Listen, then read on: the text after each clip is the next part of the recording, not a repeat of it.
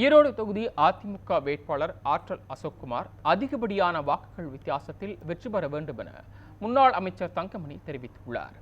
நாமக்கல் மாவட்டம் பள்ளிப்பாளையத்தில் அதிமுக தேர்தல் பணிமனை திறப்பு விழா நடைபெற்றது.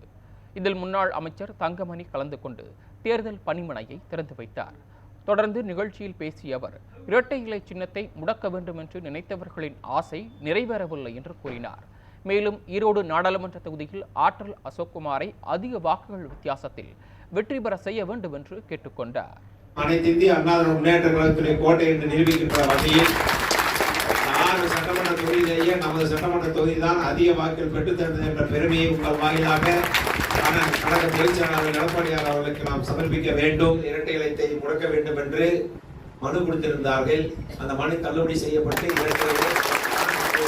வெற்றி செய்தியாக ஆசையான இடத்தில் நாம் தேர்தல் காலியாக திறந்து கொண்டிருக்கின்ற போது இந்த செய்தி வருகிறது என்று சொன்னால் நல்ல சகுனமாக நமக்கு இருக்கின்றது. ஆக நிச்சயமாக நமது குமராபாளையம் தொகுதி அதிக வாக்கினை நாம் பெற்றுத் தருவோம்.